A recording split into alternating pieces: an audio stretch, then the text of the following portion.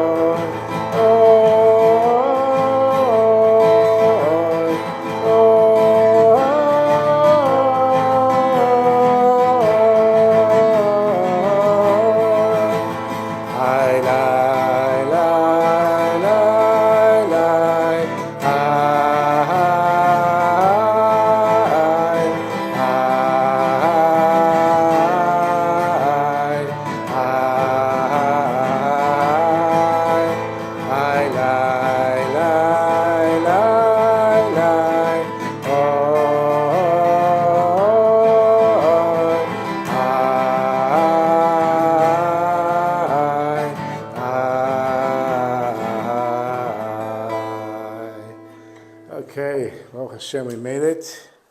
Aryeh is here, and Katie is getting married on Sunday, so she said she wanted to try to come to the lesson today. I was like, are you crazy?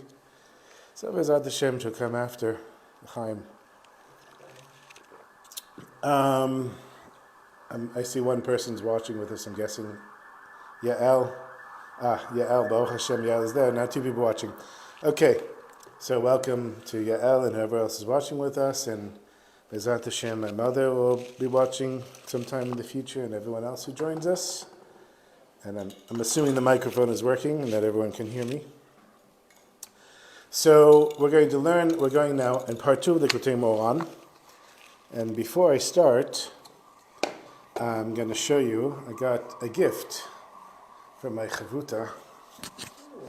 4 volumes of Likutey Moharan with the Perush of Ote Or that was written. So this just recently came out, and this was compiled by Rabbi Eliyahu Atiyah, who I understand from Rav Cheshin, Mechavuta, that he's from a family of Torah geniuses and Breslov Hasidim, and they happen to have photographic memories that runs in the family.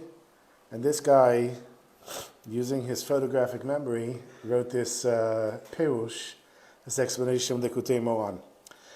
So this is what I've been learning in the morning with Mechavuta, and today we're going to learn lesson Tzadik. You know, when you go to Ulpan, they teach you it's Tzadi, but when you're religious, you it's Tzadik. How can you miss the opportunity? Which is lesson 90 in part 2 of Likutey Moharan, and then Tzadik Aleph we're going to learn from here. And what I found fascinating, and this is since I just got this Motzei Shabbos, it's the first time I'm really looking at it, is that here we're very fortunate to have these 2 languages, Hebrew and English, because here the rabbis that compiled this volume, when it comes to lesson 90, they really fleshed it out. Here he doesn't have any explanations at all. Just, little minor stuff. Here you'll see they get very deep into the lesson. And then when it comes to lesson 91, which is a long, complicated lesson, he makes it very easy. And these guys, I couldn't understand what they were saying. So that's how we're going to do it for now, until I figure out how to manage the two books. But for now, we're going to stick with this for lesson 90, and then 91 we're going to go over here. Okay. So this is part 2, Likutey Moharan, lesson 90, Tzadik. Tam al shvirat kli cheres b'sha'at hashiduch hu b'shnei inyanim.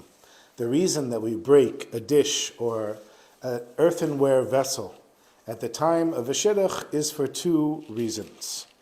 So when we know that when a prospective groom and bride officially formalize the shidduch, then the way that you establish the shidduch between them is the two mothers break a dish. So at the vort I can tell you now from experience, the vort for my daughters, at some point in the ceremony, the mothers took a dish, they broke it, and that was the symbolizing that they're going to get married. And already at that point, I don't know how it works halachically, but I know you can't just break it off. You have to get some type of agreement that you're not going to get married. But at that point, you've already kind of agreed that you're getting married. You're not married yet, but it is an agreement to that.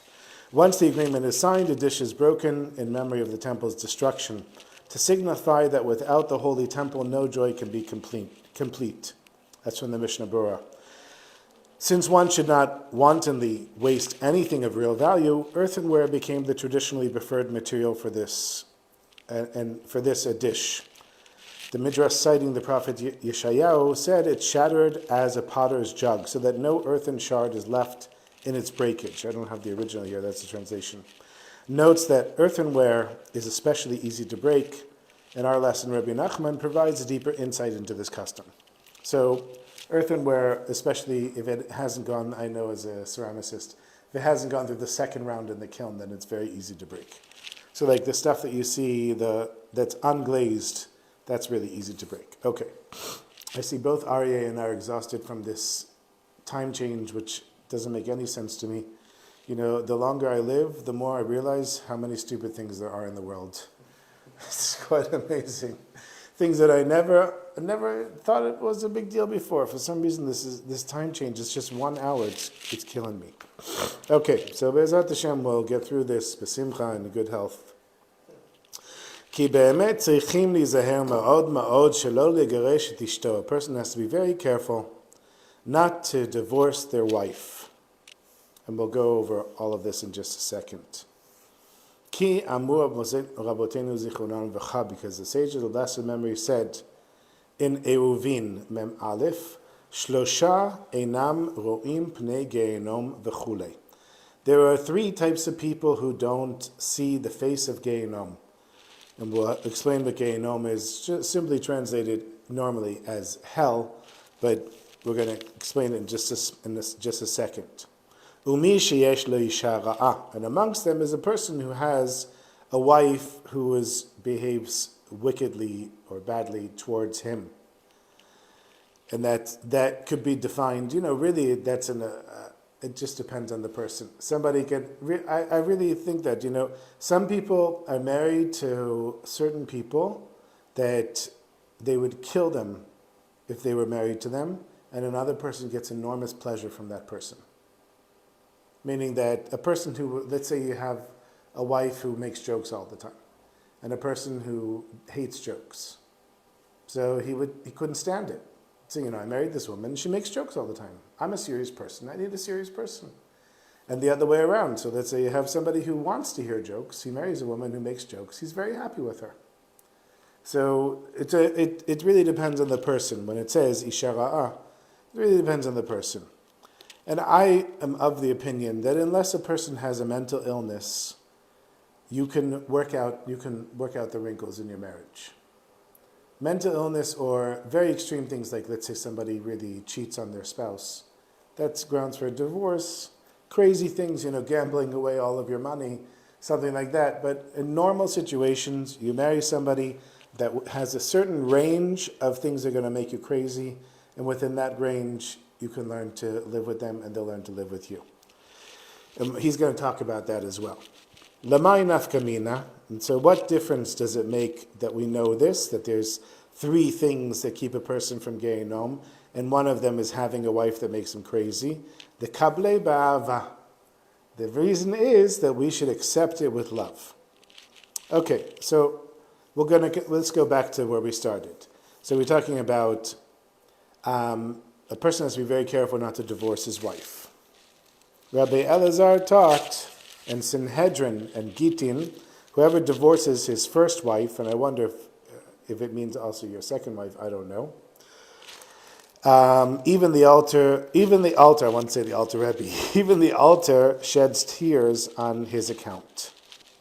Eitz Yosef explains that Adam and Chava were originally created as a single body, which we learned, right, in the previous lesson.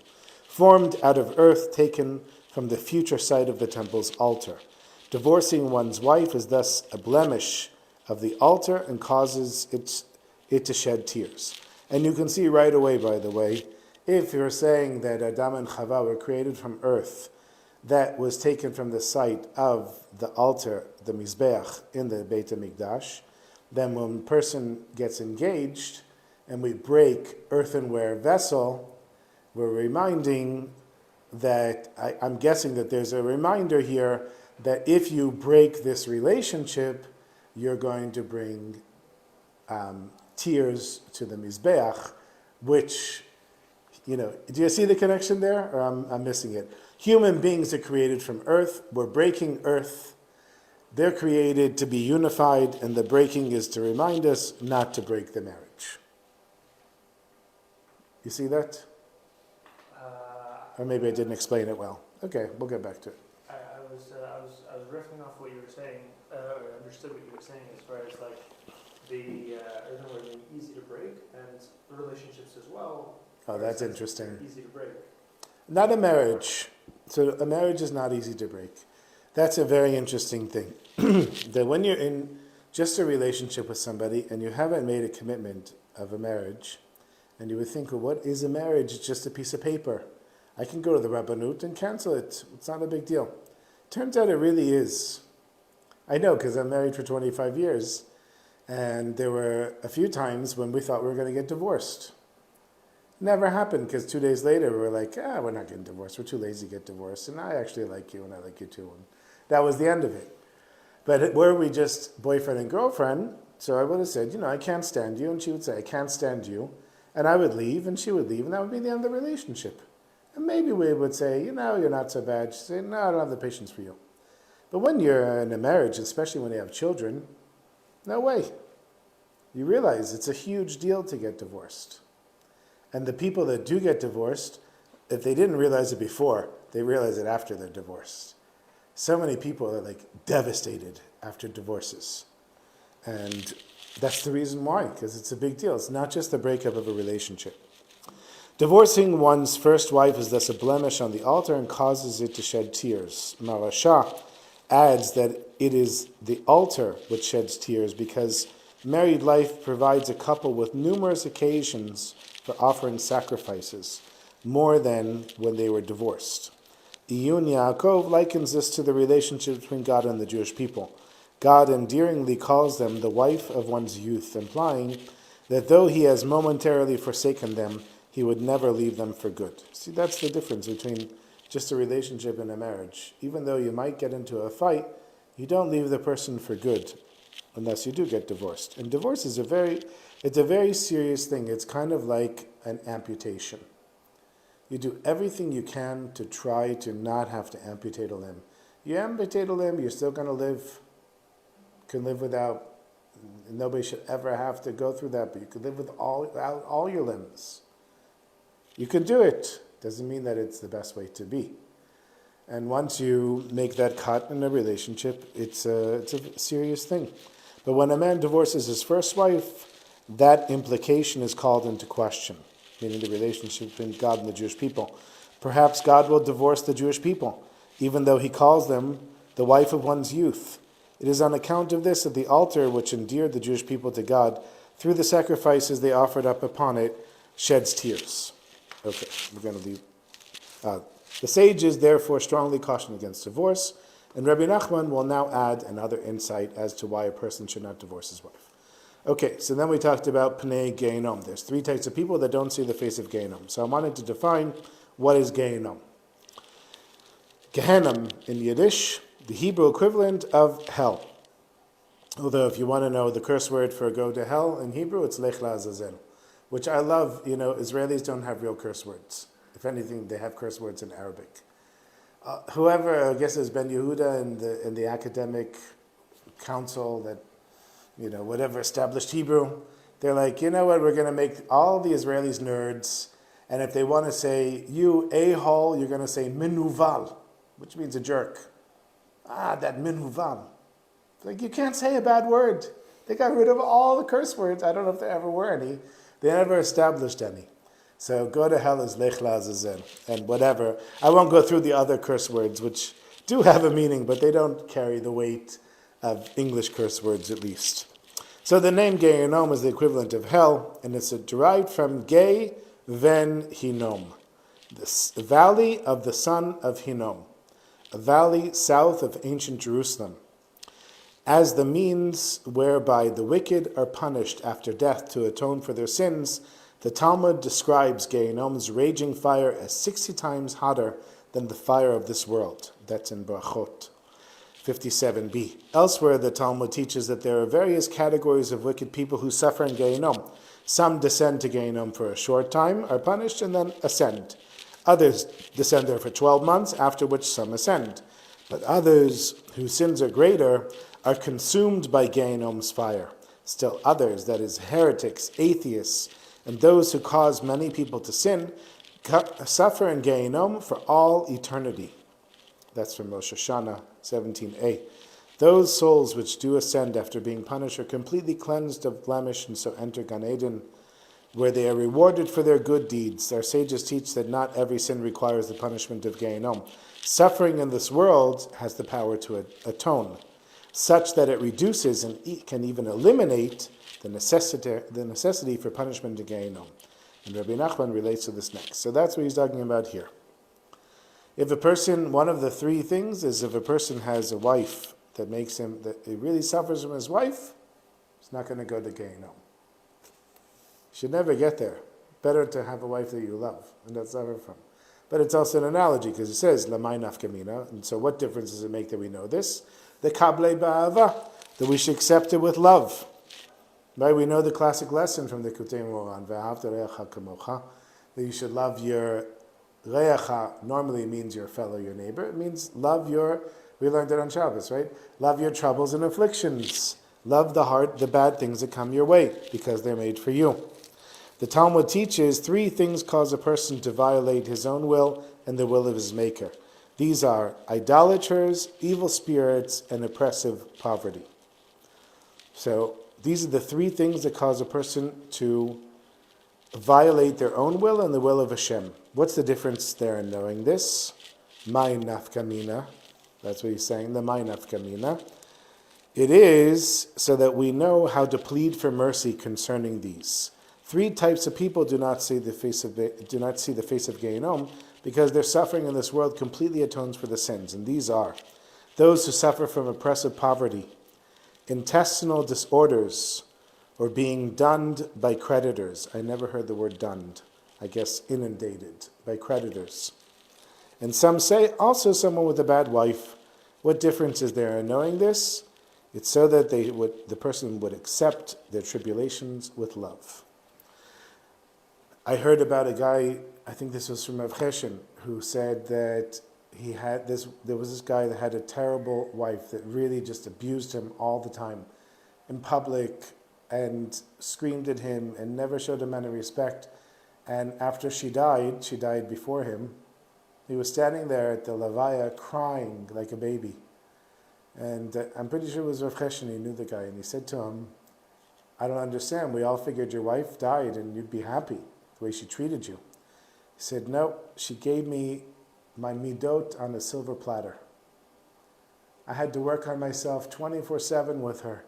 And now that she's gone, who's going to help me to reach that level? So that's it's a great person that can say something like that.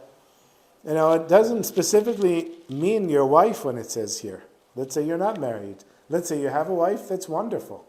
I have a wife that's wonderful 99.99% of the time. I don't know how many percentages she would give me, but I can give her 99.99.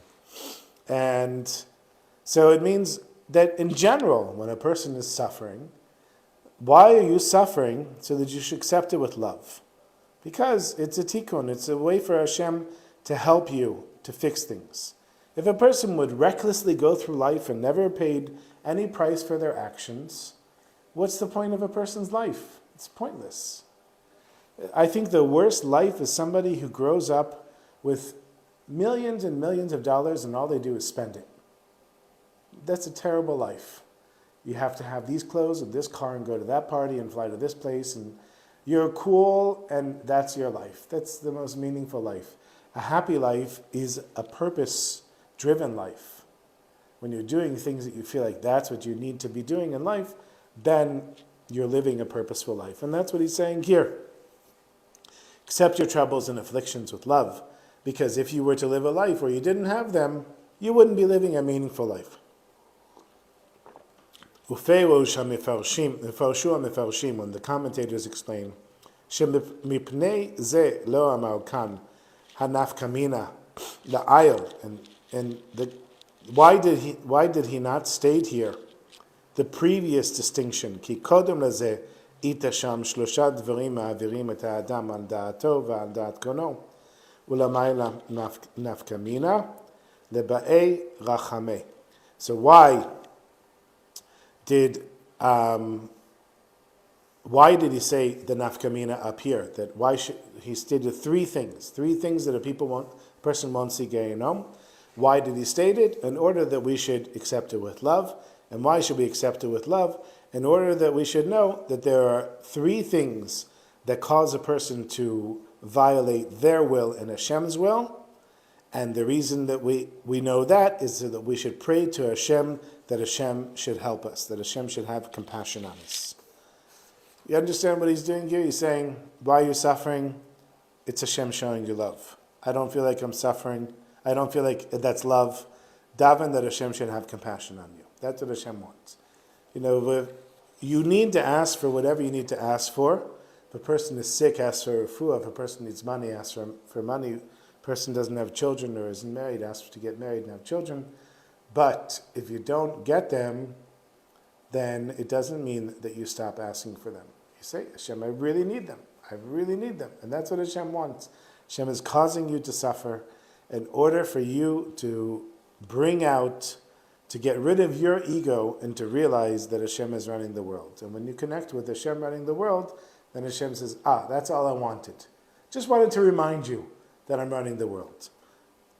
What's the smash pottery? What's the connection in the end? Oh, we're not there yet. Oh, okay. In the end?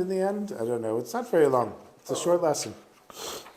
I'm just taking a lot of time because I'm still jet-lagged. V'kan lo amar nafka mina zo. And here, he didn't make this distinction.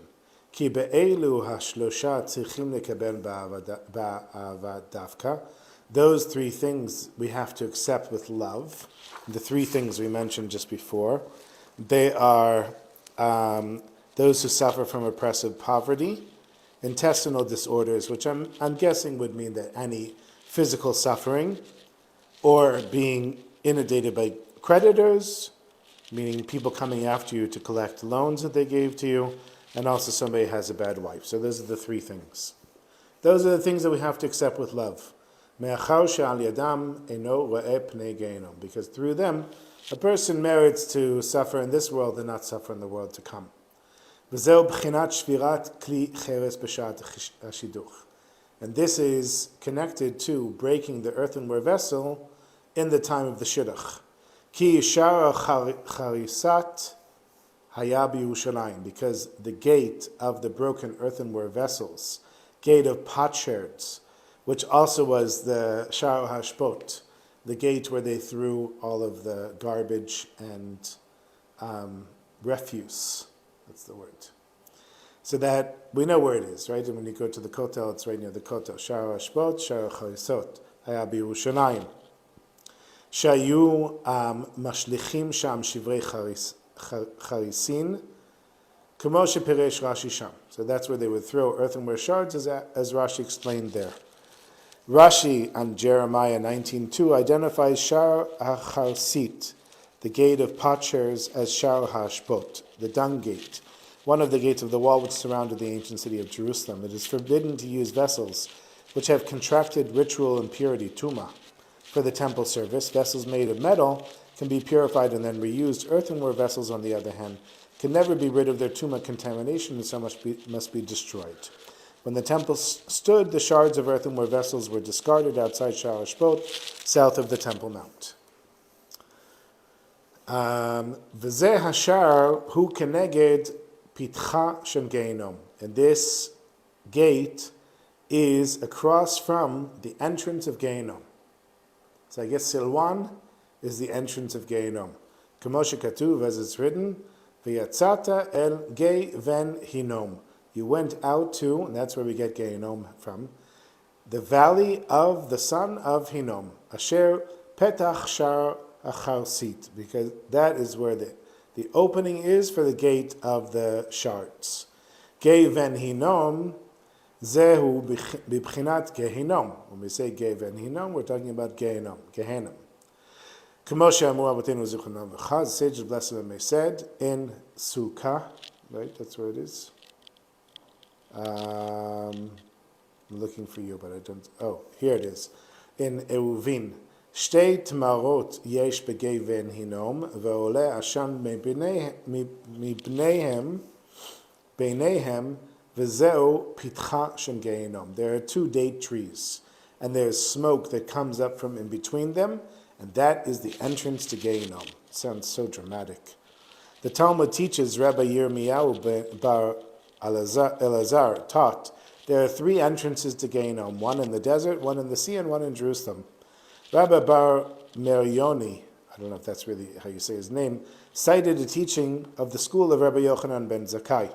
There are two palm trees in Gei ben Hinnom, with smoke rising, and this is the entrance of Geinom. The rising smoke comes from the fire of Geinom, indicating that this is the Jerusalem entrance. The Marashah comments that the dates which grow on the two palm trees hint to the sinner that he is descending to Geinom because he pursued the sweetness of worldly pleasure. The two date trees, the sweetness of the trees, of the fruit, remind a person that they took from the sweetness of the fruit of this world as worldly pleasure. They sinned straight out. I mean, probably the biggest sin here is adultery, which is why it's connected to this. And tasting from the fruits of another tree, that's why there's the trees there at the entrance of Geinom. There are three entrances so that no matter where a sinner passes away, at sea or land, whether inhabited or uninhabited, there is no escape. I love it. L'chaim, everyone in Geinom should have a l'chaim. Be released in the merit of Rabbeinu, Rabbi Nachman, from Breslov. Okay. V'zeu sheshovrim klei cheres b'shat hashiduch, and this is why we break an earthenware vessel in the time of the shidduch. Ki miramzim lo, b'zeh shnei inyanim. Two things are hinted at here.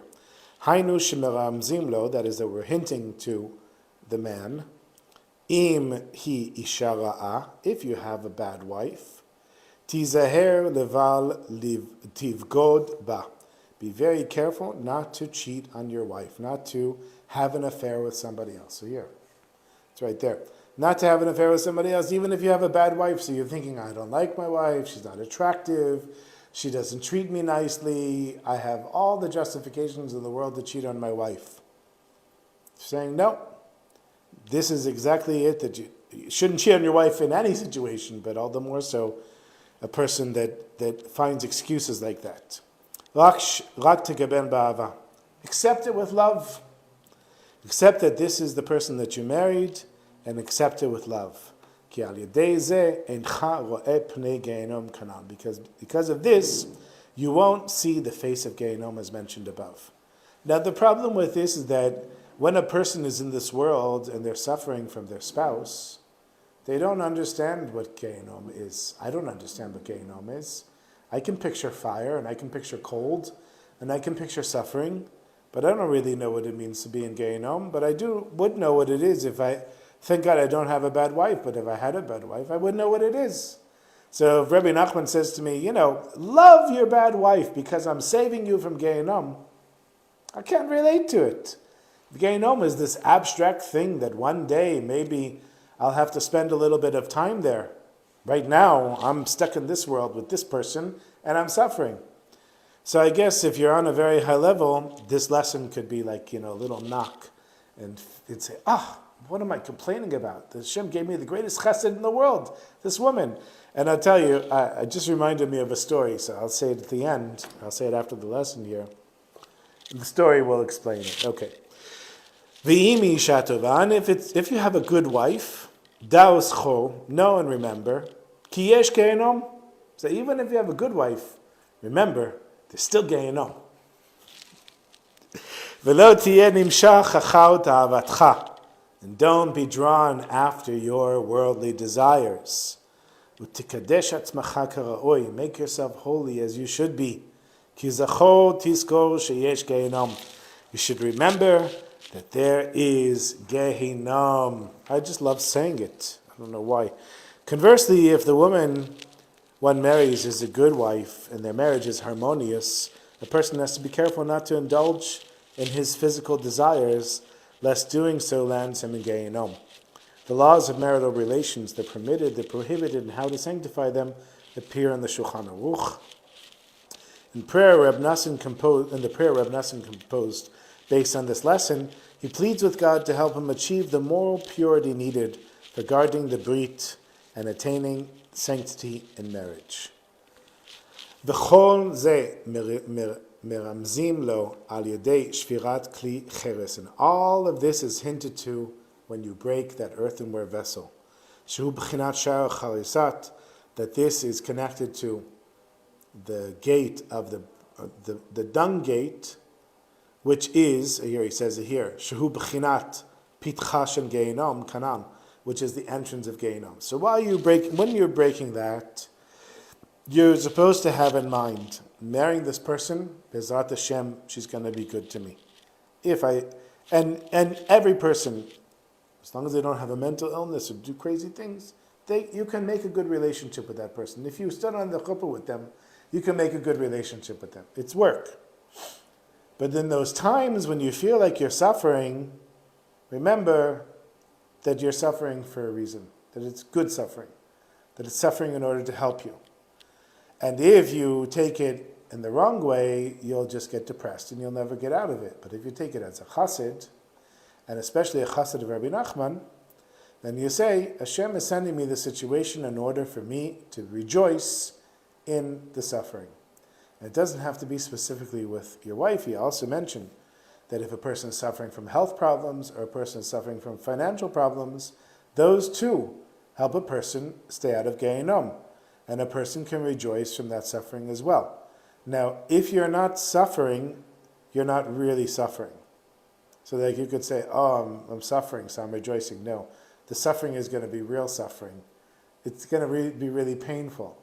But the fact that it is for a purpose should be enough to give you a little glimpse of light, saying that this isn't just all bad. There's something good in it. And then just like we learned from the Nikudot Tovot in the Zamra, that if you can find one good point, you can find another good point, a person can eventually pull themselves out of being in this bad place by looking at the good in everything and eventually focusing on that and turning their relationship around. Be'ezrat Hashem. And then what they get is to have a good relationship and also not go to Gehinnom. All the more so. Al ken al yedei shvirat kli cheres meramzim lo shnei inyanim hanan. Through breaking the earthenware dish, we were reminded and we're hinted to the two things that were mentioned above. In Likutey Moharan, part 1, 60 Part 8, Rabbi Nachman similarly teaches, it is likewise the aspect of breaking an earthenware dish that formalizes an engagement. We break it to show that now this bond has been made.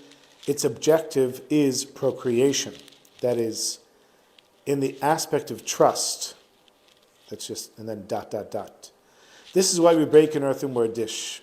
In the aspect of, and you put your trust in fraud and corruption, it is shattered as a potter's jug, so that no earthen shard is left in its breakage.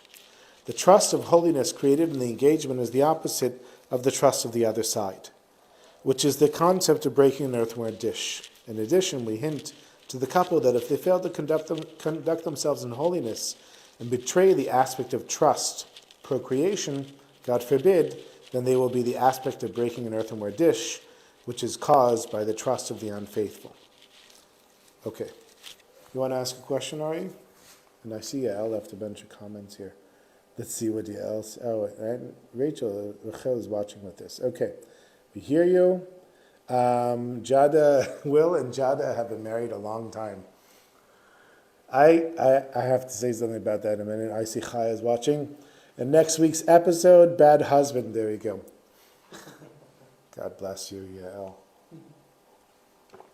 Okay. You have any questions about the lesson? No. You saw this thing with Will and Jada? Yeah. Everybody in the world seen it. Is that her name? Jada? Do I care? Yeah. I thought it was Jada. Whatever. Yeah, I was amazed. I only saw it because it showed up in the Times of Israel. Then Yael mentioned on Facebook, and of course I'm on Facebook for 1 minute a day, and I see what Yael puts there. I don't understand it. I really don't understand it. I don't understand it. Well, he did. I think it was a good thing. He stuck up for his wife. Stick up for your wife after the TV cameras are off. You walk on stage and punch somebody in the face? Hey, he slapped him. He didn't punch him. He gave him a slap. It's crazy. I didn't watch It says, I heard this in a lesson from Reb Shlomo. I think he was quoting the Gemara somewhere. I don't know the Gemara well enough to say where it's from. He said, a father or a husband and a wife, they get angry at one another. And they say something like, who needs you? And then that negative energy spreads and spreads and spreads and spreads and spreads until eventually there's a war in this world, because the wife then went out, or the husband went out, and went to a store. And the guy screwed something up, and he yelled at that person, and that guy went home and he yelled at somebody, and that person yelled at somebody, and everybody is yelling at somebody from this burst of anger that came out of nowhere, and it has this ripple effect. That's the idea behind it. Here you have a guy who's on world TV, and for people like me that don't watch the Oscars, I saw it on YouTube. What a negative effect it has in the world. I just think it's a busha. But what would be a better response for him to stick up for his wife? He could have said, bad joke. Could have said, that's a bad joke. Just shout, stupid joke. You're a terrible comedian. Okay. Why does anyone want to listen to your stupid jokes? That's enough. To walk up on stage and hit a guy, and he's like, I was like shocked. I don't know. I personally think it reflects poorly on blacks in America, on America in general, on everything. It was very upsetting for me to see. I expect somebody like Will Smith to have enough self-control. But look, he's not a rabbi. He's not a Jew. Jews do stupid things, and so do rabbis as well. But I have more expectations from them. That's what I'm trying to say. And what about Chris Rock? Is he at fault in your opinion? Did he do something wrong? Well, he told a stupid joke, but that's what he does. Did he go overboard with? I don't think, when it comes to words, you can really hurt somebody, but you don't take it out on TV like that. That's my only issue, not what happened between them. So Will Smith slapped him in a bad mood. But what about Chris Rock? Did he go overboard with his joke about? Oh, obviously he pissed off Will. So but that doesn't mean it was right or wrong. I mean, it could be comedy. Like some people have different opinions about Holocaust jokes. I don't like them. I think it's. Yeah, my wife does. She has some good Holocaust jokes. I hate them. I can't say them. When people make those jokes, I'm like, please don't make those jokes to me. I don't know. It was kind of shocking to me. I think it was kind of shocking. Yeah, a lot of people think it's a setup and it's staged. I really don't know. Even if it was staged, it's really poor taste if it's staged. Okay, so I want to get back to the lesson. I'll tell you the story, and then maybe we'll spend a minute or two on the next lesson. We'll see, or maybe not. Okay, so there's this guy, he comes to the rabbi and he says, Rabbi, I want to divorce my wife. And the rabbi says, I have this on, do I have it on the podcast? I'm not sure, but I definitely have it on the YouTube channel. One of my old stories. You can see me when I still had color in my beard, telling the story. So I'm not sure which rabbi he went to. He comes to the rabbi and he says, I want to divorce my wife. And the rabbi says, listen, I got a better deal for you. How about we kill your wife? He's like, oh, that's even better. I don't have to pay anything. Divorce her, I got to give her half of what I own. It's like, yeah, I've got a really good plan for killing your wife. And I heard this from Rabbi Pupko, by the way. Rabbi Yaakov Moshe Pupko, blessed memory. He told this at the Kiddush at Mayanot many years ago. So it could have been the seer of Lublin. Like, I think it was one of the big rebbes. So he says to him, here's how you do it. You make an oath, and then you don't fulfill your oath. And if you don't fulfill your oath, the punishment is that your wife dies. It's like, okay, great. What kind of oath can I give? He said, well, why don't you pledge like 100,000 rubles to the shul? You don't have to pay it, don't worry. You're not going to pay it, and your wife, she's going to die. And the guy says, yeah, sure, no problem. How long does it take for this to work? He said, 30 days. Like, yep. I pledge 100,000 rubles to the shul. 100%, Rabbi, you got it. So he goes home in a great mood. His wife's like, why are you such a good mood? He's like, never mind. A couple of days pass, nothing happens. A week passes, nothing happens. He goes back to the rabbi. He says, Rabbi, listen, my wife is looking pretty healthy for somebody who's going to die in 3 weeks. I don't think your plan is working. He said, oh, you don't understand. That's because you can't stand your wife. Heaven won't kill a wife that you can't stand. They're doing you a favor. You got to pretend to like her. I said, yeah, sure, okay. Pretend to like her in order to kill her, that I can do. So he says to the rabbi, well, what does that mean, pretend to like her? He's like, bring her some flowers. So he brings her some flowers, and she looks at them and says, oh, this is very nice. I'm surprised you never brought me flowers before. Next day he brings some chocolates. The next day he brings her a ring. He brings her all kinds of gifts. And she's reciprocating the affection. And he's starting to feel better about this woman. And something like 28, 29 days pass, and they've got a good relationship like they never had before. And all of a sudden she gets sick, really sick. And the doctors called in, and he says, well, what can I do to save my wife? They said, there's no hope. There's nothing medicine or science can do. Your wife is going to die in a day or two. So he remembers, and he goes back to the rabbi. He said, Rabbi, I don't know what to do. My wife is going to die. He said, yeah, Mazel Tov. That was the plan. He's like, no, I love her now. We're getting along now. He said, really, what happened? He said, well, I took your advice. I brought her flowers, I brought her this, I brought her that, and she returned the affection, and we realized we really loved one another, and now the doctors say she's going to die. He said, what am I going to do? He said, oh, that's easy. Pay the 100,000 rubles to the shul. So he happened to be a wealthy guy. So he paid the 100,000 rubles to the shul, and his wife lived. Chaim. Connected to the lesson tonight, bad wife, like I said maybe 10 times during the lesson, and I say it because it's a lesson for me. I think it's a lesson that I've learned already, but it's a lesson for really everyone, and I really wish everyone would know it.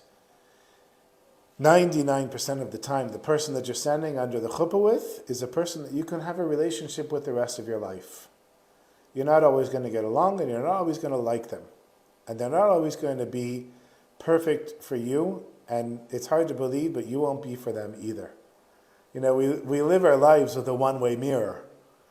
Everyone, we see out, and everyone is reflected against our mirror. We forget that we're also equal players in the relationship. Just like that person might be making us crazy, we are probably making them crazy in other ways as well. Just like she might not be attractive in some ways. You might not be attractive in some ways. And all of the claims that you have for another person, they might have for you in some other way. And if you understand that, when you look at your wife and you say, oh, I have an ishara, I have a bad wife, realize that, first of all, the reason that you feel like you have a bad wife at that moment is in order to save you from suffering in Gehinnom. But then learn the lesson of the story, which is that you need to find how to communicate with your wife and help and fix the relationship. Now, you might have a relationship like the guy I mentioned whose wife died and she treated him terribly and he cried. But here, think about this guy. He was a tzaddik, obviously. No one else would be crying and saying, she gave me all my midot on a silver platter. Here's somebody who was a tzaddik and he was married to a woman who was very hard on him and he appreciated it. He was able to appreciate it. So, all right. Anyone else want to ask a question here? I'll mention one more thing and then we're going to finish because I'm tired. Tired and the time change, exhausted, Arya and I. And maybe somebody else. I don't know, maybe someone else in the world. Okay, I'll read you something very short from the newsletter on Shabbos. I didn't mention how Purim went. It's amazing when Purim, I think it was Friday night, I laid down in bed. I was like, wow, I have all these things to say about Purim. But we went to my son's concert on Tuesday, and by the time this Tuesday came, I forgot most of the things I was going to say. I would say that the real lesson that I got on Purim, which I think I understood in the past, but now I've kind of solidified it, is it's for sure not the alcohol. For me, it was taking the guitar and going through the shuk, and Nisim Bachar was like the highlight. Because when I came into the mess of the rave party, I was scared. My heart was beating. I was like, oh my God, what's going to happen here? And it was amazing. I realize now I have to buy one of those big Sefer Torah costumes and dance in the street with that. It's just that the one I found online was $600, so I'm not buying that. But maybe I'll find something cheaper. And that's it. That was Purim. And then, amazingly, I would say, if you look at this bottle here, I drank about this much vodka. And I didn't feel anything. I was just tired. I wasn't drunk at all. And I think it was Hashem saying, you don't need to drink to get drunk on Purim. You got drunk on Purim. Now go have Shabbos. And that was it. So I was very grateful for that. Okay. Read this, Nigun and Murdan. During one Yechidut private audience with the Rebbe, Mr. Peter Kalms, and this was in 1977, a famous British philanthropist and activist, various world issues were discussed. Now, I'm pretty sure that this is the book that I read when I was in a Chabad house years ago, and I haven't found it since, that he put together all of his private meetings with the Rebbe in a booklet. Suddenly the Rebbe said, I would like to change the topic. It would be a good idea for you to begin setting aside time to learn Torah. To this, Mr. Kalms replied, certainly, Rebbe, I will set aside time twice a week for Torah study. But the Rebbe was not satisfied with this. No, it has to be every day. It could be just for a few minutes at a time, but it must be a daily study. It's not that important that you learn from the original. Many texts have already been translated. And, the Rebbe added with a smile, if you do it in public, without keeping it a secret, others may learn from you. So, I just wanted to share that for the Rebbe. Okay, no more questions from Aryeh. And whatever, it's kind of a strange ending today because I'm just plain tired. Okay, sing a Nugun. Thank you everyone for joining us. And next week we'll start on Tzadik Aleph with the new interpretation here, which I was preparing that mainly before the class today. It's really, I'm so grateful to this guy for the work that he did.